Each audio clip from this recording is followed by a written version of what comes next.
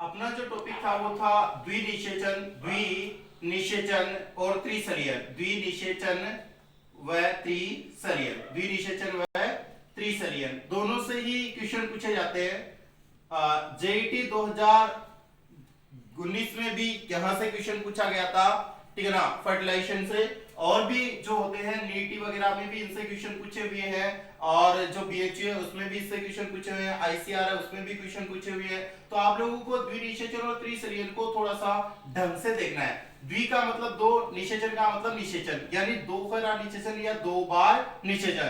त्रिसलियन का मतलब होता है तीन कोशिकाओं का मिलना। यहाँ त्रि का मतलब होता है तीन और सलियन का मतलब होता है मिलना। द्विनिषेचन में अपन देखते हैं द्वि का मतलब दो निषेचन। दो निषेचन कौन कौन से होंगे वो मैं बता देता हूं। जो प्रथम निषेचन होगा यानी प्रथम जो निषेचन होगा, प्रथम निषेचन होगा, और एक तो प्रथम निषेचन हो गया, और यहां पे मैं बताऊंगा आपको दूसरा निषेचन, ठीक है ना, दूसरा निषेचन या द्वितीय निषेचन, निषेचन, ठीक है ना, फर्टिलाइजेशन बोलते हैं इंग्लिश में निषेचन।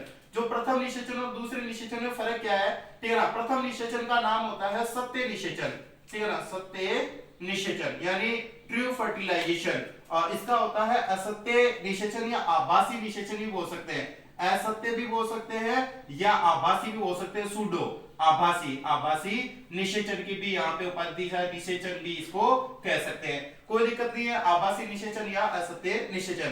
क्यों इसे सत्य क्यों कहा गया और इसे असत्य क्यों कहा गया? क्या बात झूठी है, क्या बात है असत्य है यानी झूठी है, कौन सी बात सच्ची है? सत्य इसलिए कहा गया कि अगर नर युग्मक और मादा युग्मक, ठीक है ना, ये जो होते हैं ये नर युग्मक, ठीक है ना, नर युग्मक का कौन से?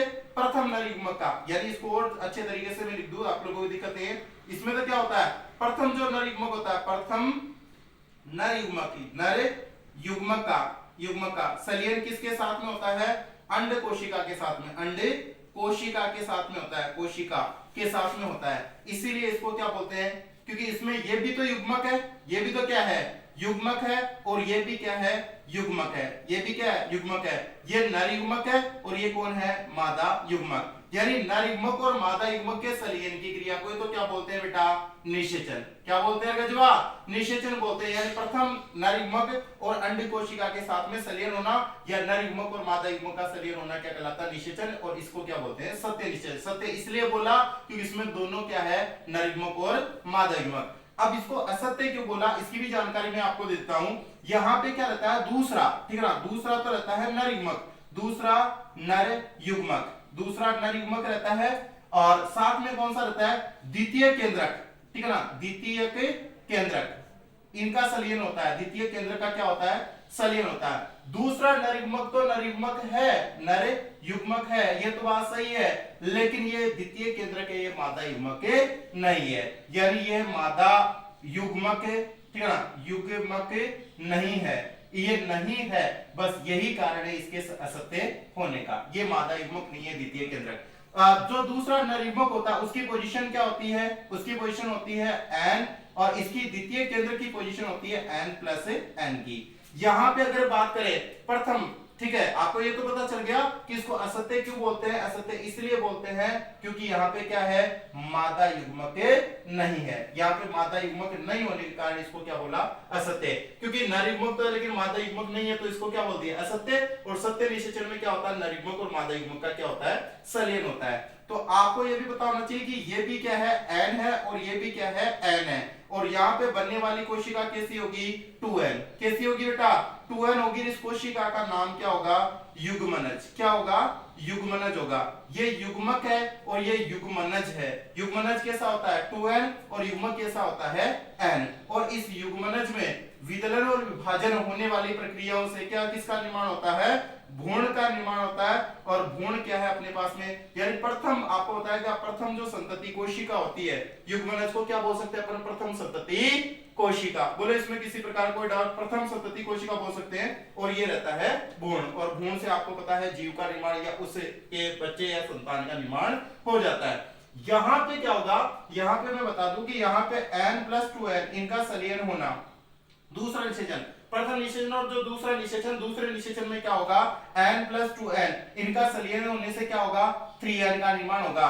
और ये जो 3n कोशिका होगी ये क्या कहलाएगी, भ्रूणपोषीय कोशिका। किसका निर्माण होगा, भ्रूणपोषीय कोशिका। भ्रूणपोषीय कोशिका का निर्माण होता है, भ्रूणपोषीय कोशिका का निर्माण होता है। और भ्रूणपोषीय कोशिका से किसका निर्माण होता है, भ्रूणपोष का निर्माण होता है, भ्रूणपोष का निर्माण होता है। भ्रूणपोष के बारे में भी चर्चा करेंगे कि भ्रूणपोष भी आगे कैसा रहता है। उससे पहले अपन काम की बात जान लेते हैं, कौन सा, त्रिसलियन। आपको द्विनिषेचन समझ में आ गया कि दो निषेचनों का होना क्या कहलाएगा, द्विनिषेचन, मतलब डबल फर्टिलाइजेशन कहलाता है। प्रथम निषेचन के दौरान ये घटना होगी और दूसरे निषेचन के दौरान ये घटना होगी।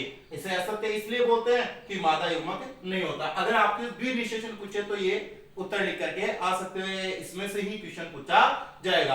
अगर आपसे ट्रिपल फ्यूजन से क्वेश्चन पूछा जाए, त्रिसलियन से क्वेश्चन पूछा जाए, तो त्रिसलियन को आप इस तरीके से एक्सप्लेन कर सकते हैं, वैसे कि वैसे यही है, ये का यही है, इसमें एक त्रिसलियन होता है। इसमें त्रिसलियन को आप डायरेक्ट ये भी एक्सप्लेनेशन दे सकते हैं, क्या एक्सप्लेन कर सकते हैं कि इसमें क्या होता है, 3 कोशिकाओं का, ठीक है ना, 3 कोशिकाओं का, या यूं कह सकते हैं कि 3n, ठीक है ना। इसमें 2-3 तरीके से इसको लिख सकते हैं, या तो आप एज इट इज ये सब ऐसा ही लिखे हो, या फिर लिख सकते हो कि दूसरा नरयुग्मक, ठीक है ना, दूसरा नर युग्मक कैसा होता है, दूसरा नरयुग्मक के साथ में किसका संलयन, दूसरा नरयुग्मक जो कैसा होता है, n होता है, के साथ में किसका संलयन होता था, द्वितीय केंद्र का या ध्रुवीय केंद्र का, ठीक है ना, द्वितीय के केंद्र का संलयन, केंद्र, ठीक है ना, द्वितीय केंद्र n + n, इनका क्या होना, संलयन होना, ठीक है ना। 3 कोशिकाओं का, 3 कोशिकाएं नहीं है वैसे देखा जाए तो, ये भी केंद्रक है और ये भी क्या है,